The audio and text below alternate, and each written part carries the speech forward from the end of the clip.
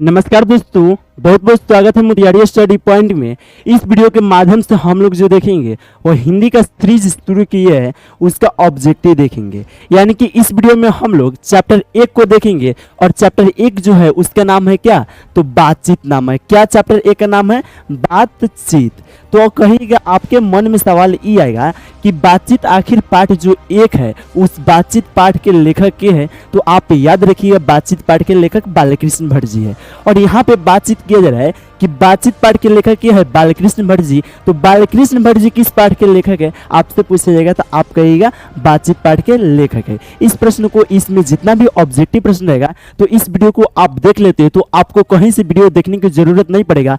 आपको कह रहे ना कि इस वीडियो को देख लीजिए और क्वेश्चन बैंक उठाइए और चैप्टर 1 को देखिए, या कहीं से आपसे कोई प्रश्न पूछेगा तो चैप्टर 1 में आपसे ऐसा प्रश्न नहीं मिलेगा जो नहीं बनेगा। इसलिए आप इस वीडियो को लास्ट तक देखिएगा और 42 या 40 प्रश्न बताएंगे, जो कि उसमें से आप कमेंट करके बताइएगा कि कितना ऑब्जेक्टिव प्रश्न को बताया है। और अभी तक आप व्हाट्सएप ग्रुप में नहीं जुड़े हैं तो यहाँ पे व्हाट्सएप नंबर शो करा है, इस नंबर पर मैसेज कीजिएगा, हम आपको व्हाट्सएप ग्रुप में जोड़ देंगे। कोई भी दिक्कत होगा तो बेहिचक इस नंबर पर मैसेज करके आप पूछ सकते हैं। चलिए हम लोग सीधे प्रश्न की बात करते हैं। और देखिए यहाँ पे कह रहा है कि बालकृष्ण भट्ट जी, यानी बालकृष्ण भट्ट जी किस काल के रचनाकार है, तो साथी ऑप्शन ए कर है आदिकाल के। तो आप कहिएगा आदिकाल के नहीं है, ना भक्ति काल के, ना रीति काल के, या आधुनिक काल के है। यानी कि आपसे पूछा गया था कि बालकृष्ण भट्ट जी किस काल के रचनाकार है, तो आप कहिएगा क्या, आधुनिक काल के रचनाकार है। इसलिए राइट आंसर क्या हो जाएगा, ऑप्शन डी हो जाएगा। आप सभी प्रश्नों को जितना बताएंगे उस प्रश्न को अच्छे से याद रखिएगा, क्योंकि परीक्षा के लिए आपके लिए एक एक प्रश्न बहुत ही महत्वपूर्ण है। देखिए 2 नंबर प्रश्न करा है कि जैसा काम वैसा परिणाम किस लेखक द्वारा रचित प्रश्न है। यानी कि जैसा काम वैसा परिणाम किस लेखक द्वारा रचित प्रश्न है, तो आप याद रखिएगा किस लेखक द्वारा है, रामधारी सिंह दिनकर जी द्वारा है, नहीं है, जयप्रकाश नारायण द्वारा है, नहीं है, बालकृष्ण भट्ट जी द्वारा है। इसलिए राइट आंसर क्या हो जाएगा, ऑप्शन सी हो जाएगा। राइट आंसर क्या हो जाएगा, ऑप्शन सी हो जाएगा। यानी कि जैसा काम वैसा परिणाम किस लेखक द्वारा रचित प्रश्न है, तो आप कहिएगा बालकृष्ण भट्ट जी द्वारा है। तो राइट आंसर क्या हो जाएगा, ऑप्शन सी हो जाएगा। राइट आंसर क्या हो जाएगा, ऑप्शन सी हो जाएगा। राइट आंसर ऑप्शन सी हो जाएगा। थोड़ा 1 मिनट रुकिए। हेलो जी बोलिए।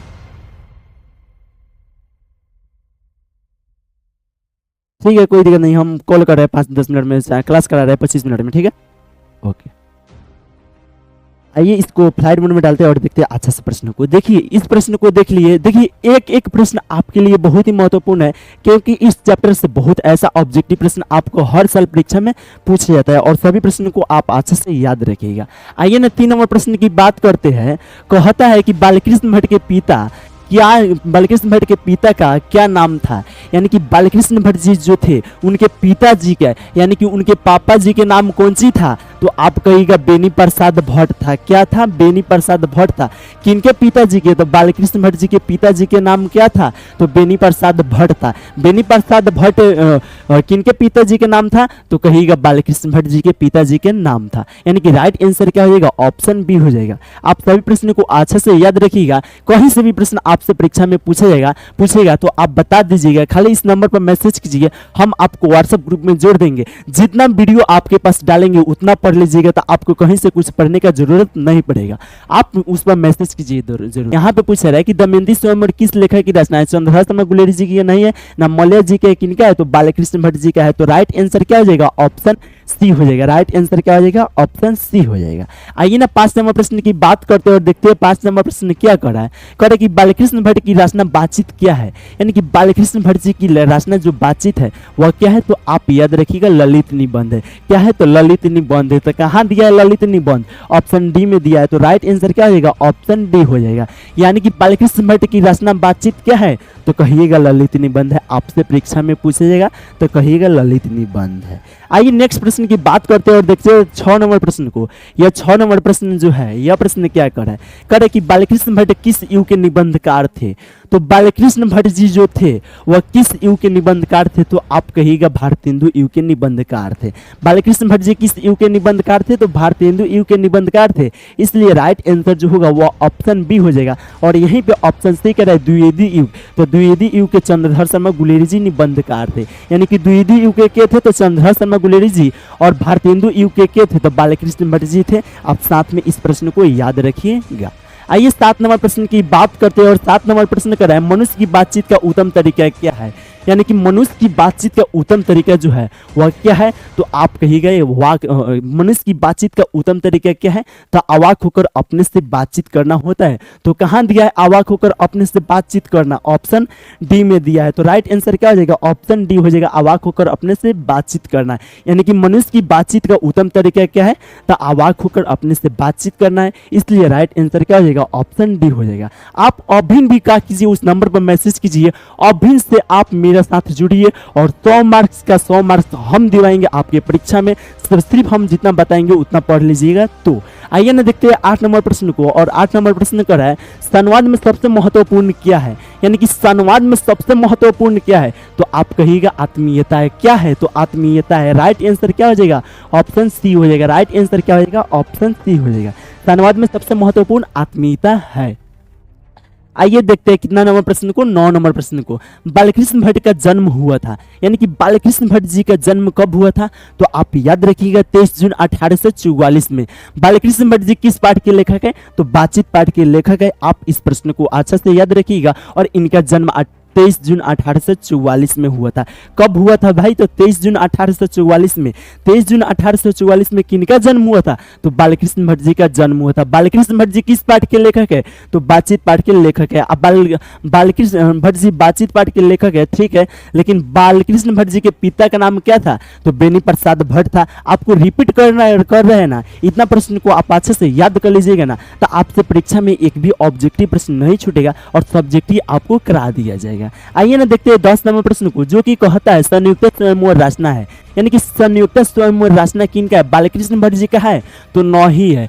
और इसका भी नहीं है, यानी कि श्रीनिवास दास जी का है। यानी कि संयुक्त स्वयंवर रचना जो है वह किनका है, तो आप कहिएगा श्रीनिवास दास जी का है। और इस प्रश्न को अच्छा से याद रखिएगा। क्या करेगा, संयुक्त स्वयंवर किनका रचना है, तो श्रीनिवास दास जी का है। राइट आंसर क्या हो जाएगा, ऑप्शन सी हो जाएगा। बहुत कोनो यहाँ पे मारता है बालकृष्ण भट्ट जी का है कि बालकृष्ण भट्ट जी के पाठों में दिया है, तो इसको मत मार दीजिएगा, गलत हो जाएगा, ठीक है। आइए ना देखते हैं कितने नंबर प्रश्न को, तो 11 नंबर प्रश्न की बात करते हैं। बातचीत शीर्षक निबंध के अनुसार रस का समुद्र किनकी बातचीत में उमड़ा चला जाता है, तो दो हम सहेलियों की बातचीत में उमड़ा चला जाता है। बताइए दो हम सहेलियों की बातचीत में कहाँ दिया है, ऑप्शन ए में दिया है।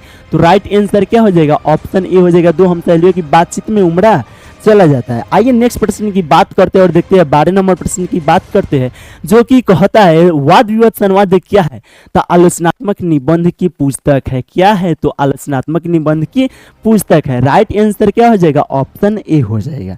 आइए नेक्स्ट प्रश्न की बात करते हैं, यानी कि 13 नंबर प्रश्न की बात करते हैं, जो कि बालकृष्ण भट्ट ने कौन सा मानसिक पत्र निकाला था, तो आप कहिएगा हिंदी प्रदीप निकाले थे। बालकृष्ण भट्ट जी कौन सा मानसिक पत्र निकाले थे, तो हिंदी प्रदीप निकाले थे, इसलिए राइट आंसर क्या हो जाएगा, ऑप्शन सी हो जाएगा, यानी कि चाचा वाला सी हो जाएगा। राइट आंसर क्या हो जाएगा, ऑप्शन सी हो जाएगा, ऑप्शन सी हो जाएगा। आइए नेक्स्ट प्रश्न की बात करते हैं और देखिए यहाँ पे दबा गया है गलती से, इसलिए थोड़ा देर वेट किया है। आइए ना देखते हैं 14 नंबर प्रश्न को। यह प्रश्न करा है कि बातचीत किस विद्या की रचना है, यानी कि बातचीत जो है वह किस विद्या की रचना है। आलोचना के है तो नहीं है, गीत के है नहीं है, शोध के है नहीं है, निबंध की है। यानी कि बातचीत किस विद्या की रचना है, तो आप कहिएगा निबंध की है। राइट आंसर क्या हो जाएगा, ऑप्शन डी हो जाएगा। राइट आंसर क्या हो जाएगा भाई, तो ऑप्शन डी हो जाएगा। आइए 15 नंबर प्रश्न की बात करते हैं और 15 नंबर प्रश्न करा है कि रविशन कुर्सो ने 16 वर्ष के उपरांत किसके मुख से एक बात सुने थे, तो फ्राइडे के मुख से एक बात सुने थे। किनके मुख से बात सुने थे, तो फ्राइडे के मुख से बात सुने थे, इसलिए राइट आंसर क्या हो जाएगा, ऑप्शन ए हो जाएगा। यानी कि रविशन कुर्सो ने 16 वर्ष के उपरांत में किसके मुख से एक बात सुने थे, तो फ्राइडे के मुख से एक बात सुने थे। राइट आंसर क्या हो जाएगा, ऑप्शन ए हो जाएगा। आइए 16 नंबर प्रश्न की बात करते हैं और 16 नंबर प्रश्न करा है कि बातचीत शीर्षक निबंध के निबंधकार के है। जयप्रकाश नारायण जी जो है वह संपूर्ण क्रांति पाठ के लेखक है। नामवर सिंह जो है वह प्रगीत और समाज पाठ के लेखक है। मोहन राकेश जी जो है वो मोहन राकेश जी जो है वह सिपाही की माँ पाठ के लेखक है। और बालकृष्ण भट्ट जी जो है वह बातचीत पाठ के लेखक है। यानी कि बातचीत शीर्षक निबंध के निबंधकार के है, तो अभी ना उसके पहले बताया है ना कि बालकृष्ण भट्ट जी है, तो राइट आंसर क्या हो जाएगा, ऑप्शन डी हो जाएगा। राइट आंसर क्या हो जाएगा भाई, तो ऑप्शन डी हो जाएगा। आइए देखते हैं 17 नंबर प्रश्न की बात करते हैं और देखिए 17 नंबर प्रश्न क्या है, बातचीत के माध्यम से बालकृष्ण भट्ट जी क्या बतलाना चाहते हैं। यानी कि बातचीत के माध्यम से जो है वो बालकृष्ण भट्ट जी क्या बतलाना चाहते हैं, तो आप कहिएगा बातचीत के माध्यम से बालकृष्ण भट्ट जी बातचीत की शैली बतलाना चाहते हैं। क्या बतलाना चाहते हैं, तो बातचीत की शैली बतलाना चाहते हैं, इसलिए राइट आंसर क्या हो जाएगा भाई, तो ऑप्शन ए हो जाएगा। आइए देखते हैं 18 नंबर प्रश्न की बात करते हैं। और 18 नंबर जो प्रश्न है यह प्रश्न करा है कि भट्ट जी को किसने अंग्रेजी साहित्य की एडिशन और स्टील की श्रेणी में रखा, तो रामचंद्र शुक्ल ने रखा था। किसने रखा था, तो रामचंद्र शुक्ल ने रखा था, इसलिए राइट आंसर क्या हो जाएगा, ऑप्शन सी हो जाएगा। राइट आंसर क्या हो जाएगा, ऑप्शन सी हो जाएगा। आइए 19 नंबर प्रश्न की बात करते हैं। 19 नंबर प्रश्न करा है कि बालकृष्ण भट्ट का निवास स्थान कौन सा है, तो बालकृष्ण भट्ट जी का निवास स्थान जो है वह इलाहाबाद उत्तर प्रदेश है। कहाँ है, तो इलाहाबाद उत्तर प्रदेश है, इसलिए राइट आंसर क्या हो जाएगा, ऑप्शन बी हो जाएगा। राइट आंसर क्या हो जाएगा, ऑप्शन बी हो जाएगा। आइए 20 नंबर प्रश्न की बात करते हैं, जो कि कह रहा है कि बालकृष्ण भट्ट ने किस पत्रिका का संपादन किया, यानी कि बालकृष्ण भट्ट जी जो थे वह किस पत्रिका के संपादन किए थे, तो आप कहिएगा हिंदी प्रदीप का किए थे। किनका किए थे, तो हिंदी प्रदीप का किए थे, इसलिए राइट आंसर क्या हो जाएगा भाई, ऑप्शन सी हो जाएगा। राइट आंसर क्या हो जाएगा, ऑप्शन सी हो जाएगा। आइए 21 नंबर प्रश्न की बात करते हैं। और 21 नंबर जो प्रश्न है यह प्रश्न करा है कि बालकृष्ण भट्ट ने, यहाँ पे भट्ट होना चाहिए, ने हिंदी प्रदीप मासिक नामक मासिक पत्रिका निकालना कब प्रारंभ किए थे, तो 1877 में किए थे, या 1888 में, या 1890 में, या 1894 में, तो आप याद रखिएगा 1877 में किए थे, इसलिए राइट आंसर क्या हो जाएगा, ऑप्शन ए हो जाएगा। राइट आंसर क्या हो जाएगा, ऑप्शन ए हो जाएगा, 1877 में किए थे। आइए 22 नंबर प्रश्न की बात करते हैं। और 22 नंबर प्रश्न कह रहा है कि बालकृष्ण भट्ट के पिता पेशे से क्या थे, यानी कि बालकृष्ण भट्ट जी के पिता का नाम क्या था, बेनी प्रसाद भट्ट था। और बेनी प्रसाद भट्ट पेशे से क्या थे, तो क्या थे, व्यापारी थे, या शिक्षक थे, या समाज सेवी थे, या चिकित्सक थे, तो आप कहिएगा व्यापारी थे। क्या थे, तो व्यापारी थे। राइट आंसर क्या हो जाएगा, ऑप्शन बी हो जाएगा। यहाँ पे पूछा रहा है कि बालकृष्ण भट्ट के पिता पेशे से क्या थे, तो व्यापारी थे। और यहाँ पे बालकृष्ण भट्ट जी हटा के अगर पूछ दिया जाएगा कि बेनी प्रसाद भट्ट पेशे से क्या थे, तो आप कहिएगा व्यापारी है। क्या है कि बालकृष्ण भट्ट जी के पिता का नाम क्या है, बेनी प्रसाद भट्ट है। आप इस प्रश्न को अच्छा से याद रखिएगा, कहीं से घुमा के पूछेगा तो आप हमसे पढ़े रहिएगा, तो एक भी प्रश्न को गलती करके नहीं आइएगा। आइए ना देखते हैं कौन सा उपन्यास बालकृष्ण भट्ट जी के द्वारा रचित है, यानी कौन इसमें उपन्यास जो है वो बालकृष्ण भट्ट जी के द्वारा रचित है। ऑप्शन ए करे मैला आंचल नहीं है भाई, ऑप्शन बी करे गोदान यही भी नहीं है, यानी कि 100 अजान एक सुजान जो है वह बालकृष्ण भट्ट जी के द्वारा रचित है, यानी कि राइट आंसर क्या हो जाएगा, ऑप्शन सी हो जाएगा। राइट आंसर क्या हो जाएगा, ऑप्शन सी हो जाएगा। आइए 24 नंबर प्रश्न की बात करते हैं। और 24 नंबर प्रश्न कराए नाटक के प्रारंभ में होने वाले मंगल पाठ को क्या कहते हैं, तो नांदी पाठ कहते हैं। क्या कहते हैं, तो नांदी पाठ कहते हैं, इसलिए राइट आंसर क्या हो जाएगा, ऑप्शन बी हो जाएगा। राइट आंसर क्या हो जाएगा, ऑप्शन बी हो जाएगा। आपको वीडियो कैसे लग रहा है, अच्छा लग रहा है तो प्लीज दोस्त आपके लिए इतना मेहनत कर रहे हैं तो एक सब्सक्राइब जरूर कर दीजिएगा। कोई भी दिक्कत हो रहा है तो आपको बोले रहे बेहिचक आप उस नंबर पर मैसेज कीजिए, आप बिल्कुल फ्री में आपको सभी सजेशन दिया जाएगा। कुछ भी दिक्कत हो रहा है तो आप मैसेज कीजिए। और देखिए रविशन क्रूसो को कब तक मनुष्य का मुख देखने को नहीं मिला था, कब तक, 10 वर्ष तक तो नहीं, 12 वर्ष तक तो नहीं, 16 वर्ष तक तो था। हाँ, यानी कि रविशन क्रूसो को कब तक मनुष्य का मुख देखने को नहीं मिला था, तो 16 वर्ष तक। कब तक, तो 16 वर्ष तक। राइट आंसर क्या हो जाएगा, ऑप्शन सी हो जाएगा। राइट आंसर क्या हो जाएगा भाई, ऑप्शन सी हो जाएगा। आइए ना देखते हैं 26 नंबर प्रश्न को। और 26 नंबर प्रश्न क्या है, बोलने से ही मनुष्य के रूप का साक्षात्कार होता है, यह किसने कहा था, यानी कि देखिए फोन आ रहा है भाई, प्यास लग गया, हटाइए। क्या पूछा गया था, कह रहा था कि बोलने से मनुष्य के रूप का साक्षात्कार होता है, यह किसने कहा था, तो बेन जॉनसन ने कहे थे। किसने कहे थे, तो बेन जॉनसन ने कहे थे, इसलिए राइट आंसर क्या हो जाएगा, ऑप्शन बी हो जाएगा। साथियों इस वीडियो को थोड़ा फास्ट में देख के समाप्त करते हैं प्रश्न को, अगला वीडियो अच्छा से देखा जाएगा। आइए ना इसको भी बढ़िया से देखेंगे भाई, ऐसा बात नहीं है कि अच्छा से नहीं देखेंगे। असल बातचीत सिर्फ 2 व्यक्तियों में ही हो सकती है, ये किसका मौत है, तो भाई एडिसन के मौत जो है वो असल बातचीत सिर्फ कितना लोगों के बीच हो सकती है, तो 2 लोगों के बीच हो सकती है, यानी कि असल बातचीत असल बातचीत सिर्फ 2 व्यक्तियों के बीच हो सकती है। किसका मौत है, तो एडिसन के मौत है। आप राइट आंसर क्या कहिएगा, ऑप्शन ए कहिएगा। आइए तो इस प्रश्नों को आप बनाइए। तो कह रहा है कि एडिसन के अनुसार असल बातचीत कितने लोगों के बीच हो सकती है, 2, 3, 4, 5, 26 के, यानी कि 28 का राइट आंसर क्या हो जाएगा, आप लोग कमेंट करके बताइए। अभी इसके पहले हम बताए, देखते हैं सबसे पहले कमेंट किए करके बताते हैं, आपके लिए कुछ देर वेट कर रहे हैं।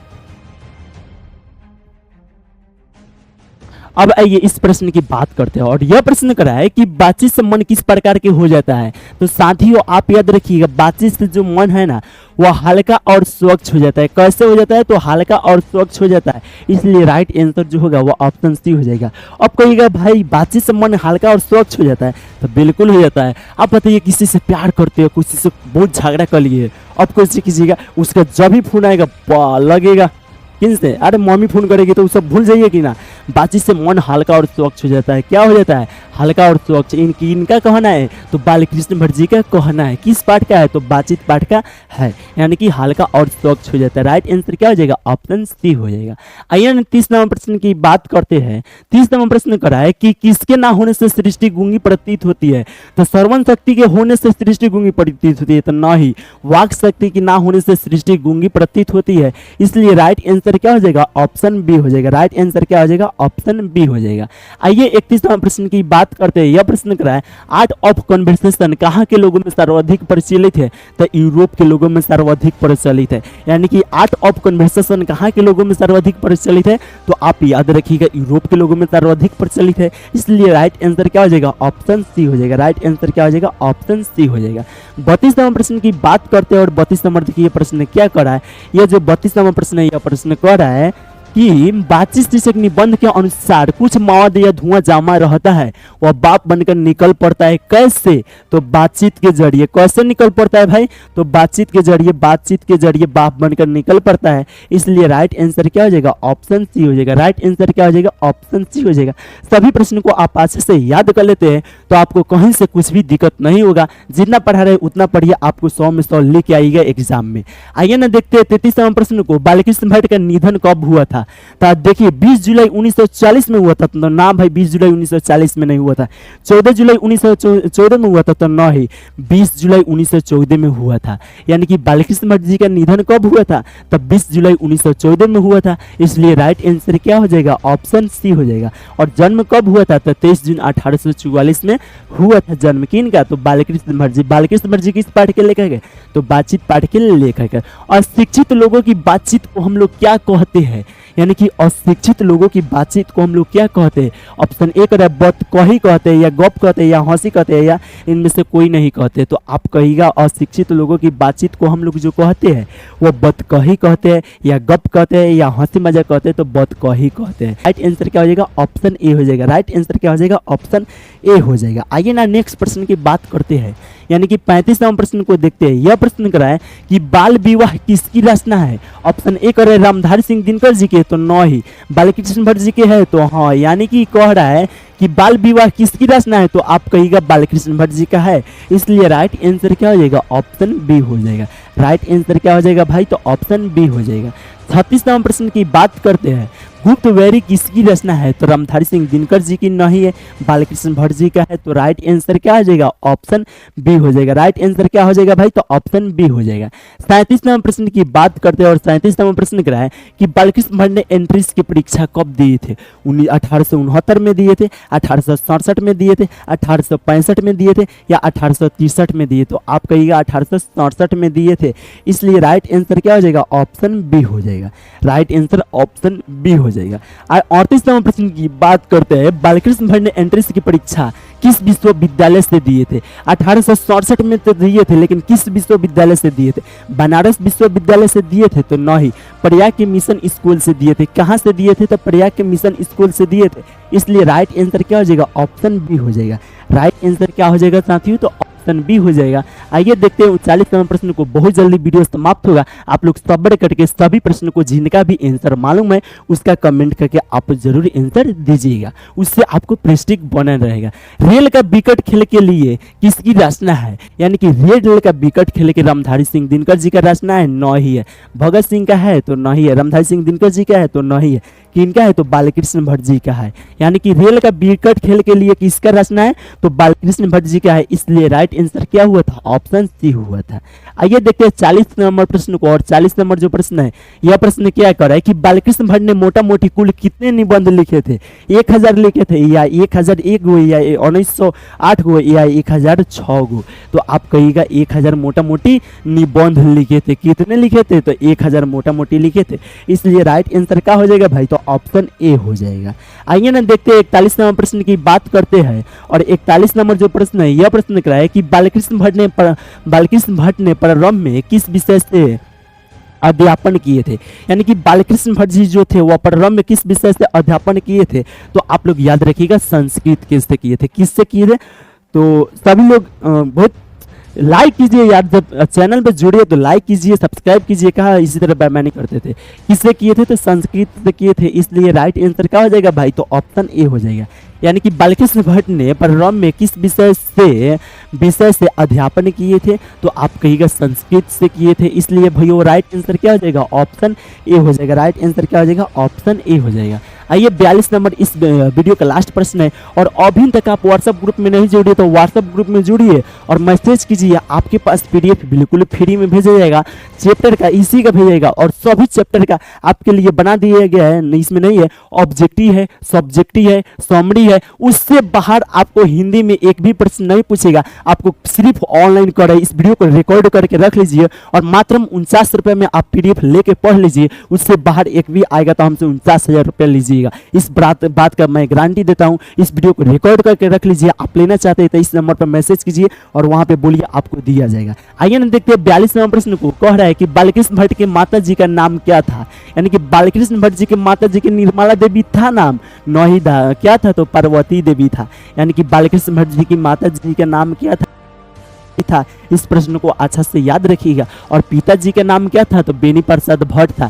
किनका पिताजी के नाम, तो बालकृष्ण भट्ट जी के पिताजी का नाम। बालकृष्ण भट्ट जी के माता जी के नाम क्या था, तो पार्वती देवी था। बालकृष्ण भट्ट जी किस पाठ के लेखक है, तो बातचीत पाठ के लेखक है। साथियों इस वीडियो को यहीं पे समाप्त करते हैं। बाकी आपको दिल से अच्छा लगा होगा इस क्लास को तो प्लीज आप चैनल को सब्सक्राइब कर लीजिए। कोई भी दिक्कत है आपको हिंदी से तो इस नंबर पर मैसेज कीजिए, बेहिचक आप पूछ सकते हैं। बाकी चलिए आपको वीडियो अच्छा लगा तो आप शेयर भी कर सकते हैं। चलिए दोस्तों इस वीडियो को यहीं पे समाप्त करते हैं।